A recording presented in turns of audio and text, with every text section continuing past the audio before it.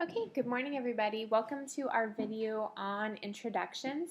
You'll want to go ahead and take notes on a separate sheet of paper as we go through the video because this will help you to structure your intro and make sure that you've got all the right components.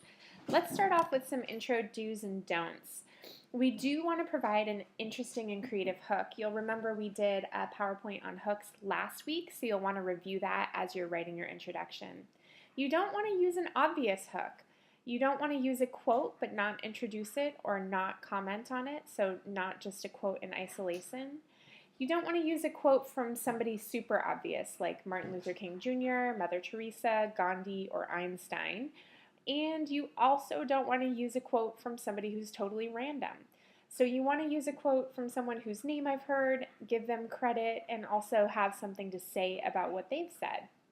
And you never want to start your paper by saying throughout history or from the beginning of time.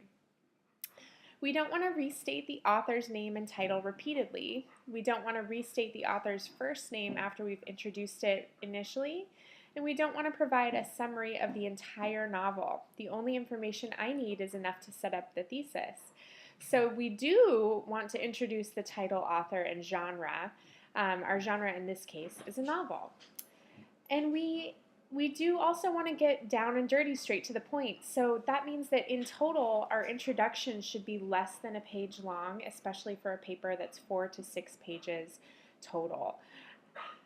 All right, with that, we're ready to talk about the structure of the introduction or the elements of an introduction. You'll notice that this little diagram is shaped like an upside-down triangle, right? It's going from broad to narrow. The hook is that broad part. It introduces the topic or idea that's related to the whole essay, capturing the reader's interest. Then we get down a little bit more narrow. We want to transition from the big idea in the hook, connecting it to our literary work. This is where we want to introduce the title, author, and genre. That's our tag. And then finally we get into the thesis. The thesis is the main argument of the whole essay. It's going to be the most narrow because it's a specific claim about the particular novel, maybe about even just a few elements of the novel.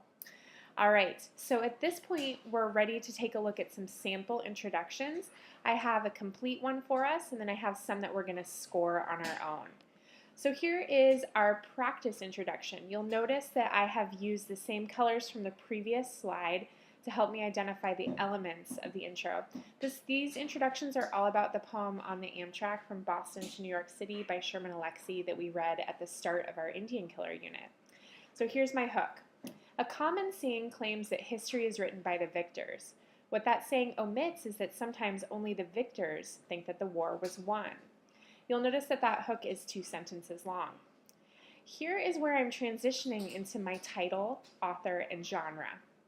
In his poem, On the Amtrak from Boston to New York City, Sherman Alexie's narrator experiences this truism as he is taught the history of his seemingly friendly white train companion. And now I get into my thesis statement. Ultimately, Alexie's poem argues that our competing understandings of history are tantamount to an ongoing war, underscoring the silent struggle of those who continue to be oppressed by a one-sided view of history.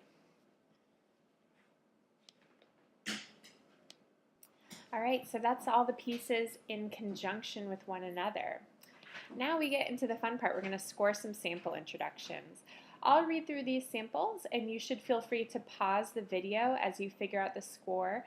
Make use of the rubric that's at the bottom of each page.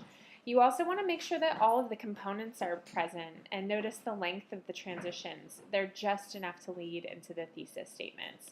Okay, here's sample A. Does history matter? Well, I think it does, and so does Sherman Alexie in his poem On the Amtrak between Boston and New York City. In the poem, the narrator has a silent protest in his mind as his acquaintance on the train tells him about the history of Walden Pond. While she is talking, the narrator thinks about how similar Walden Pond is to a variety of ponds he knows at home on his reservation, and he grows increasingly resentful of this woman, to the point that he calls her his enemy. The poem argues that history does matter because it shapes our view of the world and ourselves. Okay, that's sample A. You want to pause the video and take a look at the rubric and give it a score. All right, time for sample B. What does a tasteless sandwich have in common with American history? Sherman Alexie shows that they have a lot in common. The poem argues that Native Americans prefer silence to confronting white society. All right, same thing. Go ahead and pause the video and give this one a score. And finally, there we go. Here's sample C. Amtrak has a bad rap. Recent Yelp reviews complain that its tea and coffee are too expensive, that cars are oversold, and that customer service is unresponsive. In his poem on the Amtrak from Boston to New York City, author Sherman Alexie adds to our negative perception of America's trains by making them a place of conflict for white and Native Americans. In fact, Alexie's poem challenges our very definitions of America itself by presenting contrasting views of American history from white and Native American perspectives. Ultimately, Alexie's poem argues that the majority of society's narrow view of history, as seen through a car train window, excludes the experiences of many, resulting in a silent, resentful, one-sided war. All right, go ahead and pause and score this last one. And I'll go ahead and tell you what I think about each of these.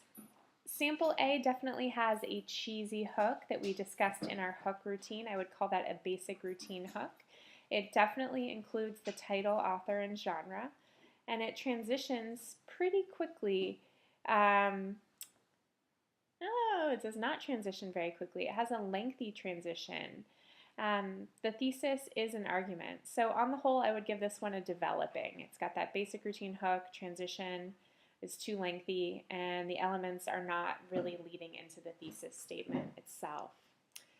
Intro B has an interesting question because it's not one of those questions that I can answer myself, but it's also not leading into the thesis at all. So I would say that this one needs improvement. You'll also notice that it's missing an element. It's missing two parts of the tag, the title and the genre. And then lastly, we get to Introduction C. This one has an interesting hook. I like that it's kind of real world. It definitely has the title, author, and genre. The summary is very succinct. It's just leading into the thesis statement. And as my previous comment noted, the thesis could use a little bit of work. So we're looking at probably a proficient plus, right? We've got interesting, catchy, hooked, succinct transition, title, author, genre, leading into the thesis. Your turn.